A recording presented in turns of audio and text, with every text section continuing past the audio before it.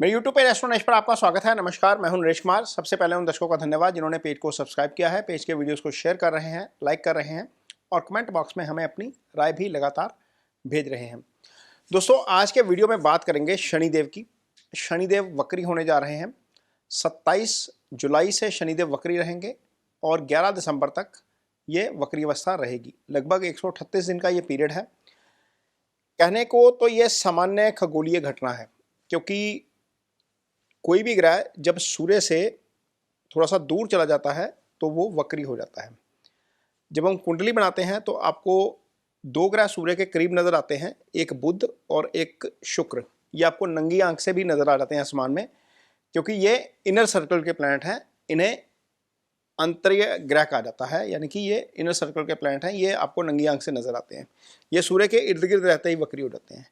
लेकिन मंगल, गुरु और शनि ये आउटर सर्कल के प्लैनेट हैं। ये जब सूर्य से लगभग 120 डिग्री की दूरी पर चले जाते हैं तो ये वक्री हो जाते हैं। किसी भी कुंडली में यदि सूर्य से मंगल, शनि या गुरु की जो स्थिति है वो 5वें भाव में भी होगी तो भी वो वक्री हो जाएगा। यानी कि यदि किसी की सूर्य कुंडली बनाएंगे तो सूर्य से 5वें, 6ठे, 7वें, 8वें, 9वें भाव तक भी हो कोई ग्रह तो वो नंगी आंख से देखकर बताया जा सकता है कि ये वक्री अवस्था में हो सकता है।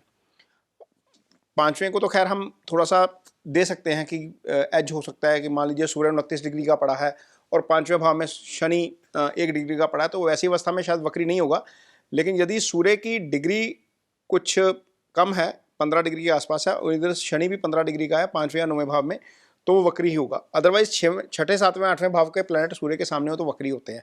किसी भी कुंडली में इसकी स्थिति पता लग सकती है।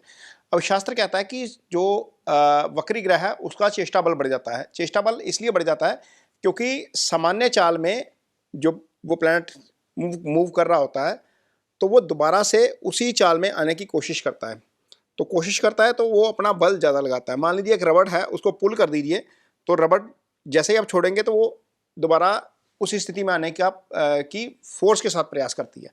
तो ऐसी स्थिति है, तो इसका चेष्टा बल बढ़ जाता है। तो चेष्टा बल जब ग्रह का बढ़ता है तो वो अपने अच्छे या खराब दोनों तरह के फल करने के लिए ज़्यादा जो है वो पावर लगाता है, ज़्यादा फोर्स लगाता है। तो अब ये जो वक्री अवस्था है शनि की, इसका आपकी राशि के ऊपर क्या असर पड़ेगा ये वीडियो में आपको आगे बताएंगे। तो ये जो शनि की वक्री अवस्था है इसका किन राशियों के ऊपर असर पड़ेगा ये वीडियो में आगे समझने की कोशिश करते हैं। अगली राशि है मीन राशि। मीन राशि के जातकों के लिए शनि राशि के ऊपर से ही गोचर कर रहे हैं, यानी कि 7.5 का दूसरा फेज चल रहा है और इस 7.5 के दूसरे फेज में शनि वक्री हो गए हैं। अब वक्री अवस्था में शनि आपको कौन से भाव के फल करेंगे? सबसे पहले तो शनि राशि के ऊपर से गोचर कर रहे हैं, उसके फल करेंगे। इसके अलावा शनि आपके लिए 11वें भाव के फल करेंगे, चूंकि 11वें भाव के स्वामी शनि बनते हैं, 12वें के भी शनि बनते हैं। शनि की दृष्टि कहां पर जा रही है? सीधे पार्टनर के भाव के ऊपर जा रही है, पराक्रम भाव के ऊपर जा रही है और दशम भाव के ऊपर जा रही है। तो इन सब के फल शनि करेंगे आपके लिए, मीन राशि के जातकों के लिए। तो ध्यान किस चीज का रखना है? भाई के साथ किसी भी प्रकार का अनावश्यक विवाद मत करें। शनि की तीसरी दृष्टि आपके भाई वाले भाव के ऊपर है। ये पराक्रम का भी भाव होता है, ये छोटे भाई का भी भाव होता है। तो यहाँ पर आपको अपने जो सिबलिंग्स हैं उनके साथ थोड़ा सा कोऑर्डिनेशन बेटर करने की जरूरत पड़ेगी इस वक्री अवस्था के दौरान, क्योंकि 7.5 में है, 12वें भाव के स्वामी होकर राशि के ऊपर से गोचर कर रहे हैं। 12वां खर्चे का भाव होता है, तो निश्चित तौर पर खर्चे बढ़ाने का काम यहाँ पर ज्यादा कर सकते हैं। वैसे अभी भी हो रहे होंगे खर्चे आपके, लेकिन यहाँ पर ये ज्यादा कर सकते हैं क्योंकि 12वां भाव खर्च का भाव है। खर्च का भाव का स्वामी आपकी राशि के ऊपर से गोचर कर रहा है, तो ये स्थिति अच्छी नहीं है। दूसरा, अपने पार्टनर की हेल्थ का जरूर ध्यान रखिए, क्योंकि सप्तम पार्टनर का भाव होता है। पार्टनर के भाव के ऊपर सीधी शनि की दृष्टि है। यहां पर पार्टनर के साथ कोऑर्डिनेशन में दिक्कत कर सकता है या फिर आपके पार्टनर की हेल्थ को लेकर इशू क्रिएट कर सकते हैं। इस अवधि में शनि आपका पेशेंस टेस्ट करेंगे, क्योंकि शनि की 10वीं दृष्टि आपके कर्म भाव के ऊपर है। आपके काम लगातार डिले होते जाएंगे, भले ही आप नौकरी कर रहे हैं या आप कारोबार कर रहे हैं, तो यहां पर आपको शनि की इस स्थिति से दिक्कत हो सकती है। इसलिए आपको थोड़ा सा शनि का जो है वो इसका ध्यान रखना पड़ेगा इस गोचर के दौरान, वक्री अवस्था में रहने के दौरान खासतौर पर। तो 3 भावों के फल, इसमें 2 केंद्र के भाव हैं, एक तो आपका पार्टनर का भाव, एक दशम भाव। एक जगह पर शनि की जहां पर दृष्टि है वो तीसरा भाव है, वो आपके भाई का भाव है। इसके अलावा शनि 11वें भाव के फल कर जाएंगे। अचानक से फल आपको 11वें भाव के भी मिल सकते हैं, क्योंकि जब प्लैनेट वक्री अवस्था में होता है तो वो सडन रिजल्ट करता है। यदि आपकी कुंडली में भी वो वक्री अवस्था में है तो इसके रिजल्ट आपको ज्यादा बेटर मिलेंगे।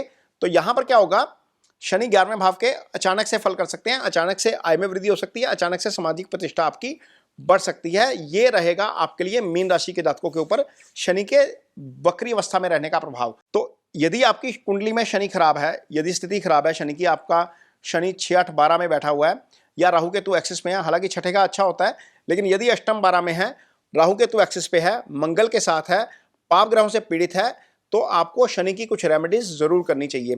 शनि की रेमेडीज क्या हो सकती है? मान लीजिए आप ऑफिस में काम करते हैं और ऑफिस में आप सीनियर हैं, आपके सबॉर्डिनेट जो हैं वो सैटर्न को रिप्रेजेंट करते हैं, शनि लेबर क्लास को रिप्रेजेंट करते हैं। लेबर क्लास को कुछ ना कुछ थोड़ा सा सरप्राइज देते रहें, ये आपका शनि के फल को अच्छा करता है। यदि आप फैक्ट्री के ओनर हैं, आपके अंडर जितनी भी लेबर काम करती है वो सारी सैटर्न को रिप्रेजेंट करती है, तो आप अपनी लेबर को कुछ ना कुछ सरप्राइज शनिवार के दिन कुछ ना कुछ ट्रीट के रूप में या कुछ सरप्राइज के रूप में कुछ ना कुछ ऐसी ही चीज़ जिससे लेबर को फायदा हो वो कर सकते हैं। अदरवाइज शनि के दान के रूप में क्या कर सकते हैं आप? जो काली उड़द की दाल होती है वो शनिवार के दिन शाम के समय करनी चाहिए। जब ये दान करेंगे तो आप अपने नाम का, नक्षत्र का, गोत्र का, राशि का संकल्प लेंगे। संकल्प लेने के बाद जिस मकसद से ये दान किया जा रहा है उस मकसद को मन में धारण करेंगे। ये दान राजसिक दान कहलाता है जो हम संकल्प लेकर करते हैं। तो दान हमेशा शनि का दान शाम के समय करेंगे।